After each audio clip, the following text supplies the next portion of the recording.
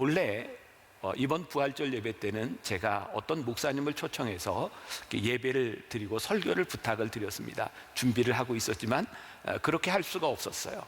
우리의 계획이 하나하나 무너져 가는 것을 우리는 코로나19를 통해서 경험합니다. 우리가 이런 표현을 쓰죠. 나는 선이 있어.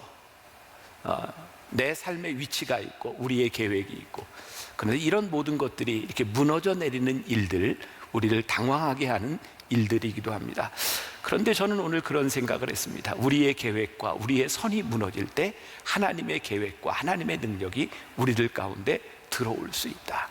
저는 이것이 부활의 가장 큰 메시지라는 생각을 합니다.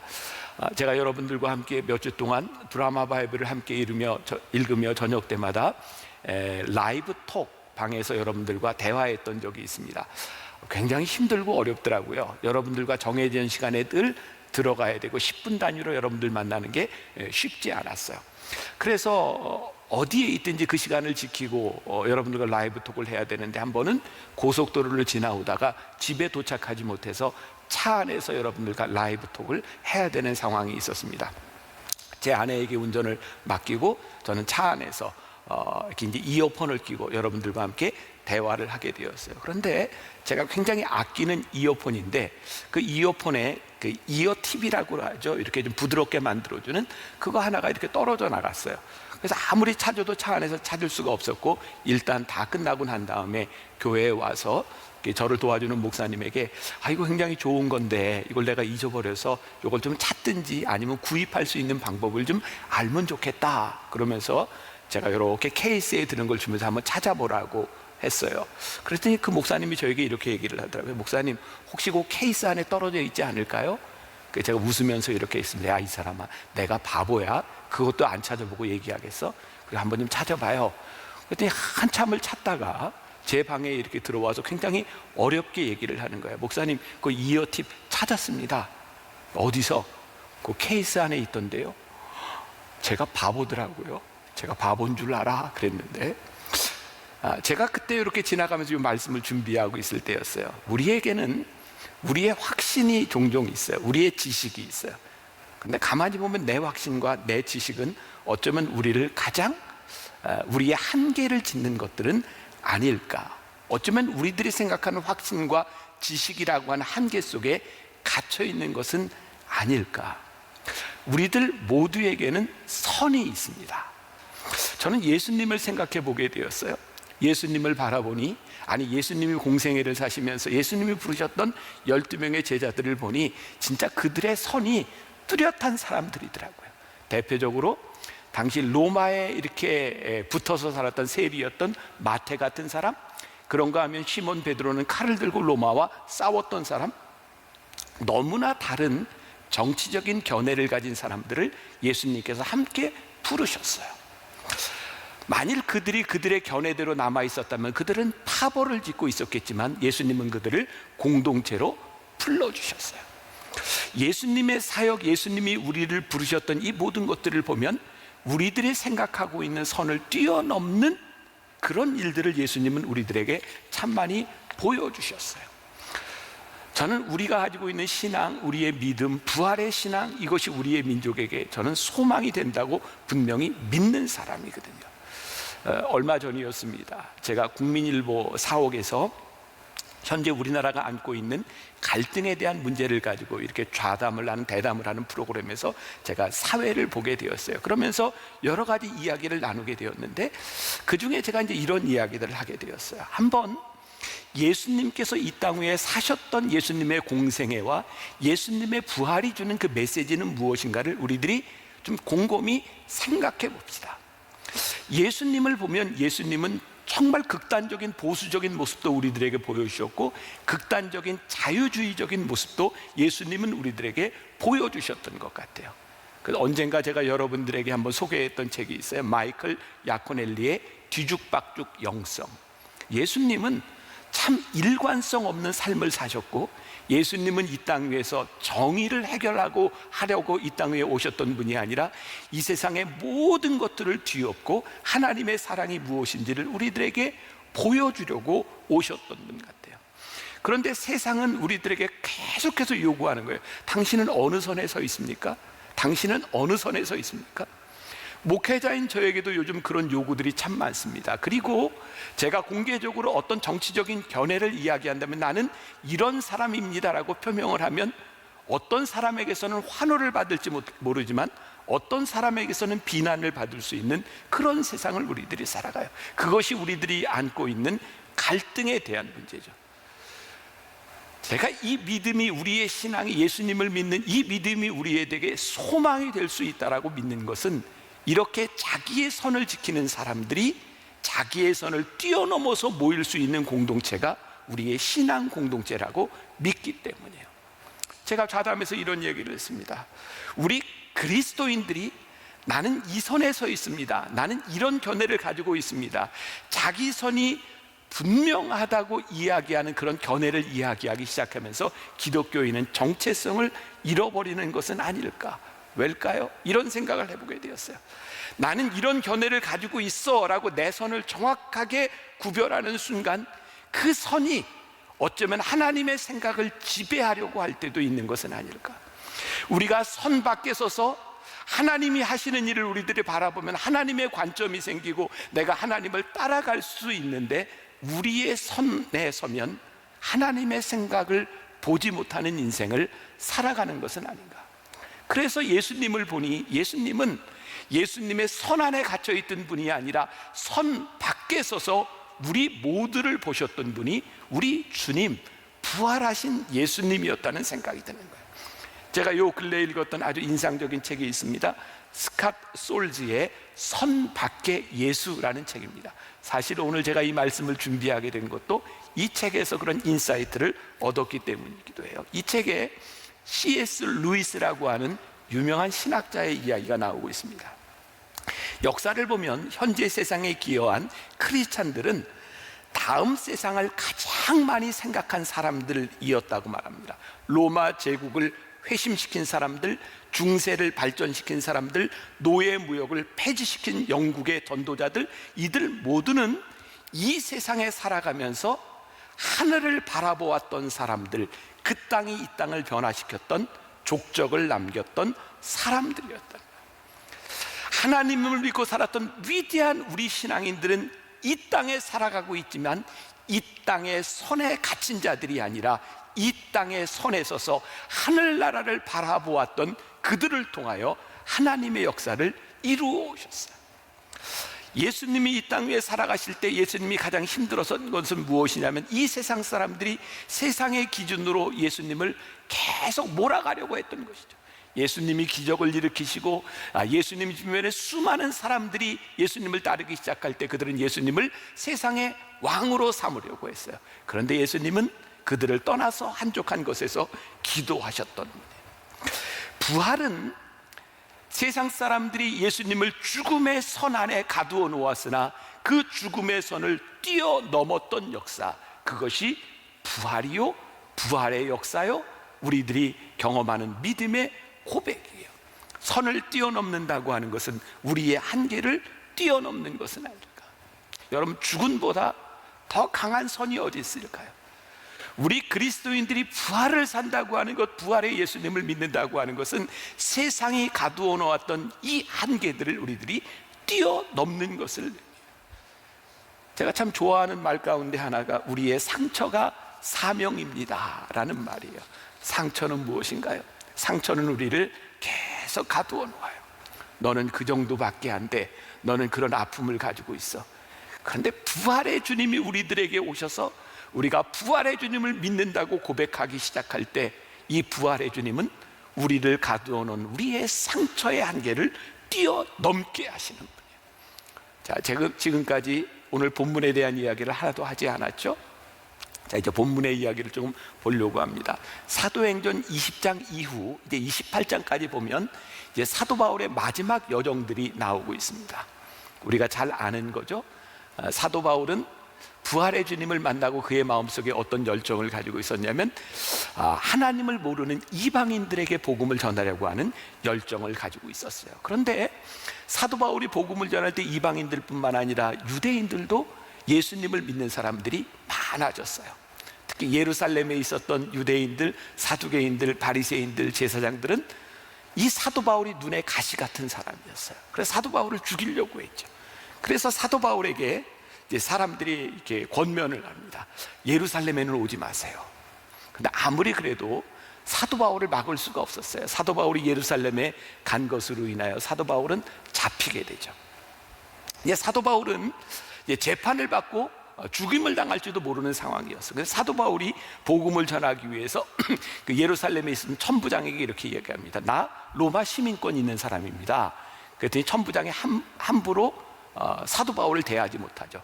그래서 사도 바울을 정식 재판을 받게 하려고 이제 이끌어가는 그런 과정에서 예루살렘의 대제사장이었던 아나니아가 벨릭스 총독에게 사도 바울을 데려갑니다. 근데 바로 그 장면, 사도 바울이 벨릭스 총독에게 이렇게 인도함을 받을 때 사도 바울의 죄가 뭐냐, 사도 바울을 기소할 때 했던 말이 오늘 본문 말씀입니다.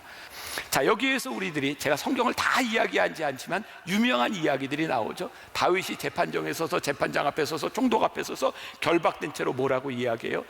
내가 결박된 것 이외에는 당신이 나와 같이 되기를 원하나이다. 그러면서 거기에서 또 복음을 전파하기 시작해요. 사도 바울의 인생을 보면 때를 얻든지 못 얻든지 그는 복음을 전하는 인생을 살아갑니다. 부활의 주님을 만났던 사도 바울은 때를 얻든지 못 얻든지 복음을 전하는 삶을 살아갑니다. 제가 오늘 말씀을 준비하다가 이 부분에 선 안에 갇힌 사도 바울이라고 부제를 달았어요. 왜? 세상 사람들이 사도 바울을 결박했어요. 너는 이제 재판을 받고 너는 이제 로마로 후송돼서 죽을 수도 있어. 사람들은 사도 바울을 선 안에 가두었으나 부활의 주님을 만났던 사도 바울은 선 안에 갇히지 않았어요. 그는 거기에서 이야기합니다. 나는 때를 얻든지 못 얻든지 당신들이 나를 결박해 놓았으나 이 선이 나를 가둘 수는 없습니다. 그리고 그 자리에서 사람들에게 복음을 전하기 시작하죠. 여러분, 우리들의 삶에는 선이 있어요. 내가 한계를 지은 선이 있을 뿐만 아니라 누군가가 우리를 옥죄고 있는 선도 있어요. 내가 만든, 상대방이 만들었던 우리들을 제한될 것에 가두려고 할 때에 우리로 하여금 그 선을 뛰어넘게 하는 일이 무엇인가? 부활의 주님이 우리 안에 계셔서 누군가 우리를 가다 놓았어도 그 안에서 우리들의 사역의 현장이 되고 우리가 갇히었던 상처 가운데서 그것이 우리들에게 사명이 되기 시작할 때 우리는 선을 뛰어넘는 사람들이 돼요. 오늘 말씀을 함께 나누며 여러분들 안에 무엇이 나를 가두어 놓았는가, 무엇이 나의 한계이고 나의 상처인가 라는 것을 생각해 보세요. 사도 바울에게는요, 그가 선을 뛰어넘는 인생을 살기로 시작할 때 그에게 선을 뛰어넘는 역사들이 일어났죠. 어떤 것들이었을까요?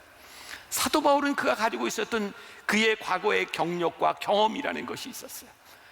그는 많이 배운 사람이었고 로마의 시민권자였고 바리새인 중에 바리새인이었고 누군가 만들어놨던 그를 한계짓는 선이 있었어요. 근데 사도 바울이 뭐라고 고백해요? 내가 그리스도를 만난 후에, 부활의 주님을 만난 후에 이 모든 것을 내가 배설물로 여기겠다. 더 이상 그는 그가 가지고 있던 것을 자랑하지 않아요. 그런가 하면 그를 가두어놨던 모든 환경들 가운데도 사도 바울은 갇히지 않아요. 그것을 뛰어넘는 인생을 살게 하죠. 무엇이 그로 하여금 그의 인생을 그렇게 만들었을까요?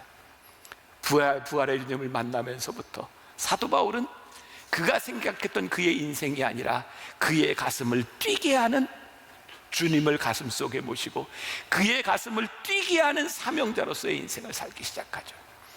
저는 굉장히 좋아하는 단어가 하나 있어요. 열정이라는 말이에요. 열정. 전 그렇게 살다 죽고 싶은 사람이거든요. 열정적으로 가슴이 뛰는 인생을 살다가 죽었으면 좋겠다. 열정, enthusiasm이라고 하는 그 열정이라고 하는 그 영어 단어에 보면 두 단어가 합성되어 있어요. in 안에, theos, 하나님 안에 있는 것이 열정이다. 우리가 가끔 이런 표현을 씁니다. 저 사람 신들린 것 같아. 어떤 사람을 보면 신들린 것 같아. 정말 정신없이 무언가 사로잡힌 사람 같은 사람, 신들린 것 같아. 이게 enthusiasm, 열정이더라고요. 우리들이 그리스도 안에, 우리들이 하나님 안에 있을 때 우리들에게 생겨지는 그 열정. 사람들이 만들어 놓은 선은 우리를 가두지만 우리들이 그리스도 안에 있을 때 우리들의 뛰는 가슴을 가지고 이 세상을 뛰어 넘을 수 있는 것. 그래서 이 사도 바울을 바라보며 사도 바울을 기소하던 제사장이 사도 바울에게 뭐라고 이야기를 해요? 오늘 본문 말씀, 우리가 보니 이 사람은 전염병 같은 자라. 자, 코로나19로 지금 이 시기를 지나가는 우리들에게 어쩜 이렇게 적절한 표현이 있을까? 요 말을 이렇게 바꿔보면 좋을 것 같아요. 우리가 보니 이 사람은 코로나19 같은 자다. 막 그렇게 이야기하면 확 들어올 수 있을 것 같아요. 전염병, 옛날 성경에는 여기에 전염병이라고 되어 있지 않고 기억하세요, 연병과 같은 자라, 연병에 걸린 자다, 이렇게 이해하고 있어요. 전염병의 특징이 뭘까요? 전염병은요, 세 가지 특징을 가지고 있다고 합니다. 하나, 내 자신의 의사와 관계없이 병이 퍼져나가서 무서운 거예요.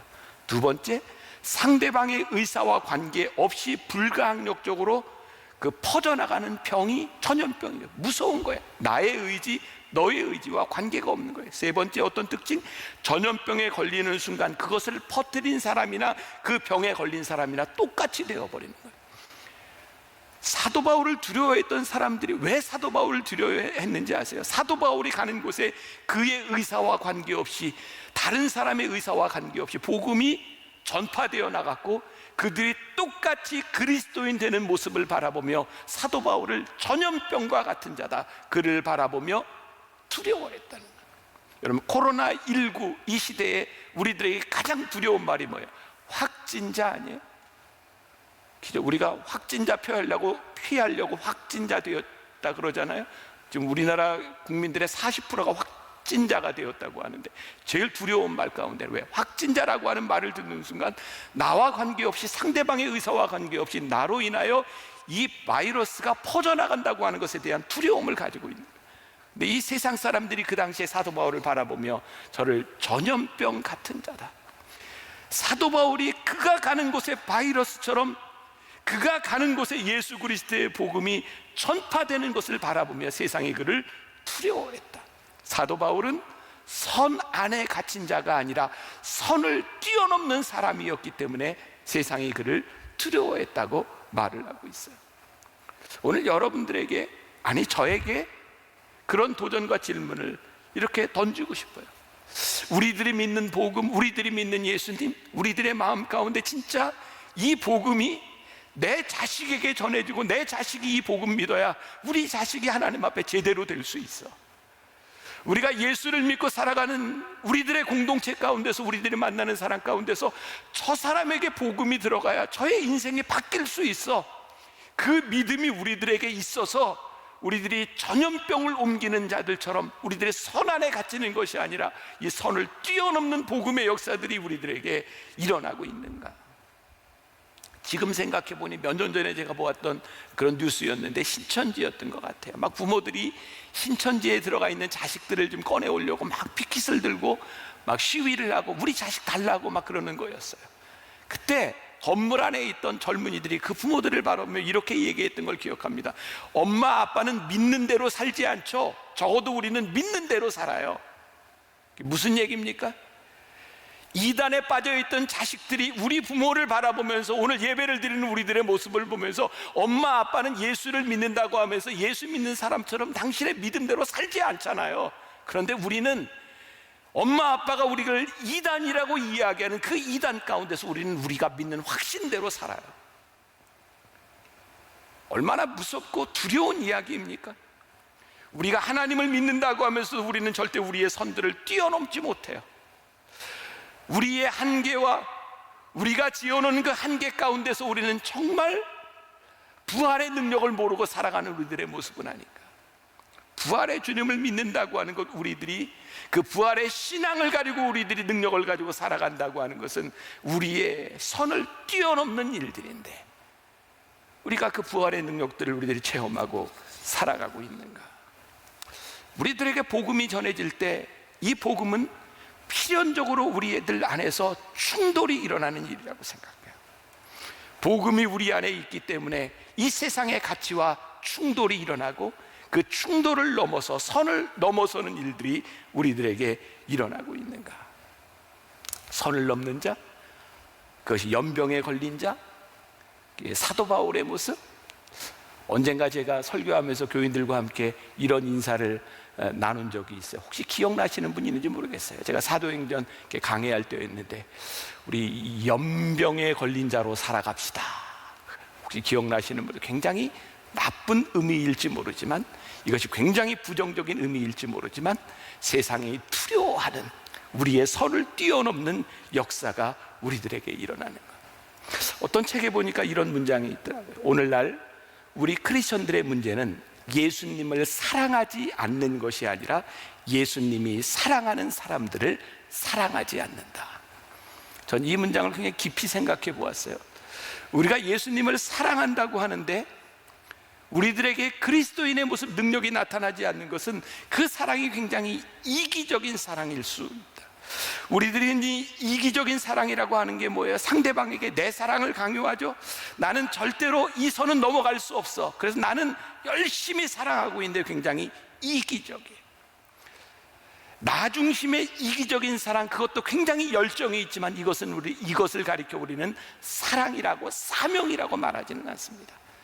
우리의 생각, 우리의 사랑, 우리들의 이기적인 것을 뛰어넘기 시작할 때 우리들에게서 사명, 우리들에게서 열정이 나오는 것들이죠. 그래서 오늘 여러분들에게, 부활절을 지나는 여러분들에게 그런 권면을 드리고 싶어요. 여러분들은 여러분들의 삶의 포지셔닝, 나는 어떤 사람으로, 어떤 그리스도인으로, 어떤 부활을 사는 사람으로 살아가고 싶은가? 요즘 어떤 그 경영의 차원에서 이렇게 용어를 이야기한다면 우리가 포지셔닝이라는 말을 쓸 수 있을 것 같아요. 나는 하나님을 믿는 사람으로서 어떤 포지셔닝을 가지고 우리들이 살아가기를 원하는가? 우리가 부활의 주님을 믿는 그 부활의 주님과 함께 살아가는 삶으로서의 우리들의 포지셔닝이 되어 있는가? 지난주 주일이었어요. 제가 우리 교회 몇몇 목사님들, 사모님들과 함께 주일 예배를 마치고 이렇게 산을 이렇게 올라가게 되었습니다. 여기 분당에서 가까운 맹산을 올라갔어요. 제가 언젠가도 이 맹산이 굉장히 맹한 산인지 알고 이렇게 올라갔다가 고생했던 적이 있는데 꽤 힘든 산입니다. 사모님들하고 같이 이렇게 산을 이렇게 쭉 올라갔다가 정상에서 내려오면서 끝나고 내려가면서 우리들이 무엇을 먹을까, 저녁을 좀 먹어야 되겠다 생각해서 목사님, 사모님들한테 먹고 싶은 걸 이야기하라 그랬어요. 근데 얘기를 잘 안 하더라고요. 그래서 제가 10초 시간을 줄 테니 무조건 먹고 싶은 거 하나씩을 얘기하세요. 그래서 물어보니까 다 달라요. 먹고 싶은 게 뭘 선택해야 돼요. 제가 최종적으로 제 아내에게 물으면서 다 이야기하기로 했지만 제 마음속에는 이미 결심이 서 있었어요. 어떤 사모님들이 이야기를 해도 내가 가는 식당은 우리 집사람이 이야기하는 식당이다. 마음속에 결정이 되어 있어요. 제가 좀 나쁜 사람인가요? 이 나이에 생존하려면 어쩔 수 없는 일이기도 해요. 제가 지금 무슨 얘기를 하고 싶은가? 누구도 어떤 이야기를 할 수 있고 우리도 어떤 선택을 할 수 있어요. 제일 중요한 건 내가 선택하려고 하는 것에 대한 나의 포지셔닝이죠. 내가 어떤 인생을 살고 나는 어떤 결정을 하겠다, 그게 세워져 있을 때 우리는 그런 인생을 살아갑니다. 저는 여러분들에게 이런 권면을 드리고 싶어요. 오늘 부활의 주님을 생각하고 부활의 주님을 고백하는 우리들이 살고 있는 우리들의 선에 사는 사람이 아니라 이 선을 뛰어넘는 인생을 살 수 없을까? 부활의 주님을 바라보면서 내 지식과 내 한계와 내 이기적인 사랑과 내 생각에 머물러 사는 사람이 아니라 이 선을 뛰어넘는 부활의 능력을 체험하며 살아가는 사람이 될 수 없을까? 이번 부활절에 저희 교회에 하나님이 주신 가장 큰 은혜 가운데 하나는 한 찬양을 매일 부르게 하신 거였어요. 그 찬양이 뭐였냐면 선한 능력으로라는 찬양이었습니다. 이 찬양은 디트리 본헤퍼라고 하는 독일의 유명한 신학자가 쓴 시를 바탕으로 만들어진 찬양입니다. 디트리 본헤퍼는 1943년 히틀러를 암살하려고 하는 그런 혐의에 걸려서 잡혀가게 됩니다. 사형 선고를 받았고요. 전쟁이 끝나기 2달 전, 독일이 패망하기 2달 전에 교수형에 처해서 죽습니다. 디트리 보네퍼가 이렇게 이야기를 하죠. 지금 교회는 그 미친 사람이 운전하는 그 버스에 희생된 사람들을 치료하는 일만 신경을 쓰지 그 미친 사람이 운전하는 그 운전사를 끌어내리려고 하지 않는다고. 그래서 디트리 보네퍼는 직접적으로 히틀러를 암살하는 일에 가담했던 사람입니다. 당시 독일의 교회가 히틀러를 찬양하고 히틀러가 메시아라고 이야기할 때 디트리 보네퍼는 그게 아니라고 복음에 서서 끝까지 그의 인생을 살았던 사람입니다. 그가 죽기 전 선한 능력으로 어쩌면 그의 죽음을 예견하고 있었던 것처럼 디트리 보네퍼는 그의 약혼자와 가족에게 이 선한 능력으로 라고 하는 시를 쓰고 그는 가족들을 만나지 못하고 교수형에 청해서 죽습니다. 저는 디트리 보네퍼의 시를 바라보며 선한 능력으로, 뭘까요? 선한 능력으로 우리들의 선을 뛰어넘는 인생을 살아가는 거예요. 오늘 우리들이 가지고 있는 많은 상처들, 우리들이 가지고 있는 수없이 많은 제한들 가운데서 내가 부활의 주님을 믿고 부활의 주님을 의지함으로 인하여 우리들이 뛰어넘을 수 있는 것, 저는 우리 그리스도인들의 가장 큰 특권, 우리는 선에 갇혀 사는 사람들이 아니라 선을 뛰어넘는 믿음의 공동체를 이룰 수 있는 사람이라는 것이 우리들에게 큰 특권이라고 저는 믿어요. 이 나라 대한민국, 여러분들 주변에 있는 우리 믿음의 동역자들, 우리의 가정들, 우리의 공동체를 바라보며 우리의 선을 뛰어넘어 그리스도의 마음으로 살아갈 수 있는 부활의 삶, 하늘나라를 꿈꾸며 살아갈 수 있는 여러분들 한 사람 한 사람이 되시기를 주님의 이름으로 간절히 축원합니다.